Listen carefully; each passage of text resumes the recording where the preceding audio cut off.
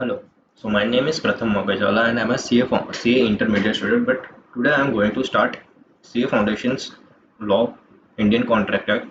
So the first topic is definition of contract. So what is a contract? It is defined under Section 2 subsection H. A contract is an agreement enforceable by law. So here there is two terms, agreement and enforceability by law. Now we are going to see what is agreement and what is enforceability by law. So agreement, every promise and set of promises forming consideration for each other is an agreement. So या तो एक promise होना चाहिए या तो set of promises होना चाहिए जो कंसिडरेशन फॉर्म करता है ईच अदर के लिए वो अग्रीमेंट होता है. Now enforceability by law, an agreement shall become a contract only if it gives rise to a legal obligation which means a duty enforceable by law. Now what is enforceability by law? कोई भी काम जो legal हो, जो law के नजर में legal हो, वो एनफोर्सेबिलिटी बाय लॉ होना चाहिए. जो भी कॉन्ट्रैक्ट हो वो एनफोर्सेबल बाय लॉ होना चाहिए. Now offer. What is an offer? As per Section 2, subsection A of the Indian Contract Act 1872, when one person signifies to another his willingness to do or to abstain from doing something with a view to obtaining the assent of that other to such act or abstinence, he is said to make a proposal. So what is a proposal? When one person signifies to another, मतलब जब एक एक इंसान दूसरे को signify करता है his willingness to do, मतलब उसकी इच्छा है करने की या तो उसकी इच्छा है नहीं करने की, विथ अ व्यू उसका ऑब्जेक्टिव क्या है, वो ये बताने का उसका ऑब्जेक्टिव क्या है, सामने वाला का असेंट लेने का कि वो उस एक्ट या विलिंगनेस के लिए एक्सेप्ट करता है कि नहीं. और वो जो करता है, वो जो प्रोसीजर करता है कि वो विलिंगनेस बताता है, उसे प्रपोजल कहता है और या तो ऑफर कहता है. सो the person making the offer is called the offerer. The person to whom the offer is called the offeree, and after acceptance, he is called the acceptor or promisee, and the offerer becomes the promiser. So it is simple. The person making the offer is known as offerer, and the person whom the offer is made is called the offeree. Now, acceptance. What is acceptance? As per section 2 subsection D, section B, acceptance means promise, means एक जात का promise होता है. When the person to whom the proposal is made signifies his assent thereto, the proposal is said to be accepted. Proposal when accepted becomes a promise. मतलब जो हमने offer या proposal या ऑफर में किया वो जब एक्सेप्ट हो जाता है तो वो एक्सेप्टेंस बन जाता है और वो प्रॉमिस बन जाता है. Now, second topic, essential elements of a valid contract. Now, there are two parts here as per definition as per section 10. So, all agreements are contract if they are made by the free consent of the parties competent to a contract for a lawful consideration and with a lawful object and which are not expressly declared to be void. So, हर एक agreement contract है जो एक free consent is a main word, free consent से बना है, parties का free consent होना चाहिए और पार्टी कैसी होनी चाहिए, कॉम्पिटेंट टू द कॉन्ट्रैक्ट होनी चाहिए और कंसिडरेशन लॉफुल होना चाहिए और उसका ऑब्जेक्ट और इंटेंशन भी लॉफुल होना चाहिए and which is not expressly declared to be void. Void मतलब कुछ ऐसा गलत नहीं होना चाहिए, कैंसिल नहीं हो जाना चाहिए. Now essential elements other than provided in section 10. So it is simple. Two parties होनी चाहिए, एक वैलिड कॉन्ट्रैक्ट के लिए दो पार्टी होनी चाहिए. One making a contract involves at least two parties, one party making the offer and the other party accepting it. एक party offer देती है और दूसरी पार्टी एक्सेप्ट करती है. A contract may be made by natural persons and also by the persons having legal existence. So natural person as we are human beings and also person having legal existence means company. So there can be two parties. Party must intend to create a legal obligation. There must be an intention of the parties to create a legal relationship between them. मतलब एक legal relationship होना चाहिए. Social और domestic types of agreements are not enforceable in the court of law. मतलब मतलब husband and wife का जो contract हुआ है वो ऐसा कोर्ट में एनफोर्सेबल नहीं है, वो सोशल और डोमेस्टिक कॉन्ट्रैक्ट है.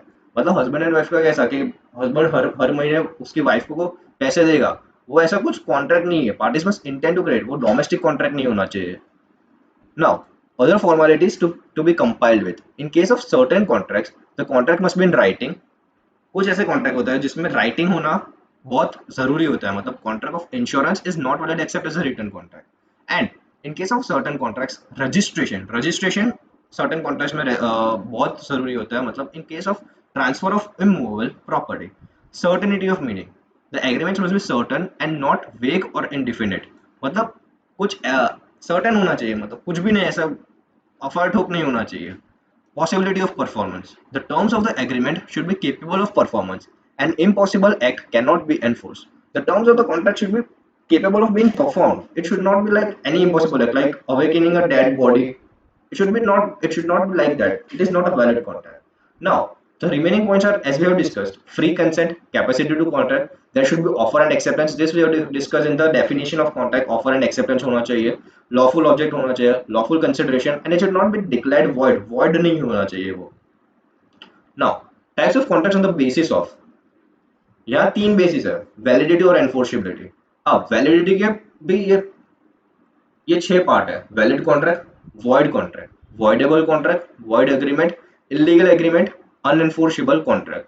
So now, valid contract. What is a valid contract? An agreement which is binding and enforceable by law is a valid contract. It contains all the essential elements of a valid contract. मतलब जो enforceable by law है और वो जो binding है वो valid contract है, और उसमें सब essential elements of a valid contract होने चाहिए जो हमने अभी discuss किए वो ऊपर वाले. Void contract. Section 2, subsection J states that a contract which ceases to be enforceable by law becomes void when it ceases to be enforceable. Means here it is said कि कोई भी contract void कब हो जाता है? जब वो enforceable होना बंद हो जाता है, तब वो void हो जाता है. Voidable contract. Section 2, subsection I states that an agreement which is enforceable by law at the option of one or more parties thereto, but not at the option of other or others, is a voidable contract. Means voidable में कैसा होता है कि एक party की हाँ ना आ गई है और दूसरे की नहीं आई है और वो शुरू हो गया है, तो वो voidable contract है, क्योंकि दूसरा दूसरा ना भी बोल सकता है, तो वो voidable contract है. उसकी उसका फ्री कंसेंट नहीं था, दूसरे का फ्री कंसेंट नहीं था, तो इसलिए वो voidable contract हो जाता है. Void agreement. An agreement not enforceable by law is void. Section 2 clause G subsection G define करता है an agreement not enforceable by law is void. कोई भी agreement enforceable by law नहीं है तो वो void है. Illegal agreement. An agreement which is prohibited by law is an illegal agreement. Such agreements are punishable by law. वो punishable actions होते हैं illegal agreement. Unenforceable. Where a contract is good in substance, उसका substance बराबर है, matter सब कुछ बराबर है, but because of some technical defect, कोई technical defect हो, मतलब कुछ writing में mistake हो गया है या limitation आ गई है, one or both parties cannot sue upon it. It is described as an unenforceable contract. Now, on the basis of formation, there are 5 types. Express contract. If the terms are expressed by words or in writing, मतलब कुछ भी लिखा हुआ है और बोला हुआ है, तो वो express contract है. Implied contract comes into existence by implication. Implication is by law or action. So, ऐसा कुछ भी चीज इम्प्लाई करती है तो वो इम्प्लाइड कॉन्ट्रैक्ट बन जाता है, और वो लॉ और एक्शन दोनों में से हो सकता है. So basic example is railway station पे कूली जो अपना सामान उचक लेता है, सामान सामान की डिलीवरी करता है, जो वो करता है वो इम्प्लाइड है. हमने हाँ या ना नहीं बोला, पर फिर भी वो करता है, तो वो हमें पैसे देने ही पड़ते हैं. ऐसा कुछ नहीं कि हमने ना वहां ही रोक देना चाहिए था. Tacit contract. It means silent, inferred through conduct of parties without any words spoken or written. Means silence होगा तो वो टैसिट कॉन्ट्रैक्ट.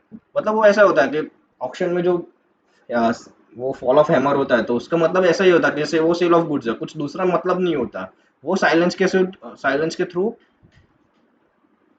डिनोट कर ही देता है. Quasi contract. It is not a contract, but it resembles to be a contract. It is a contract in which there is no intention of either party to create contract, but law imposes contract upon them. So, what is a quasi contract? It is not a contract. वो contract नहीं है, पर वो contract जैसा है.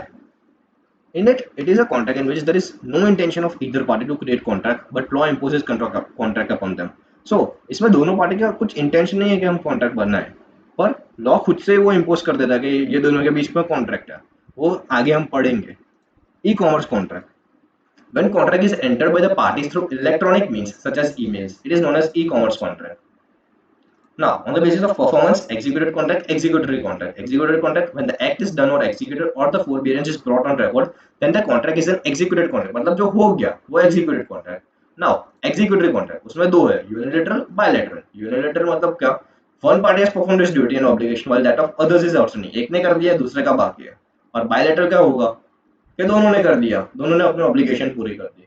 So here it was my topic for first 3 topics. Thank you.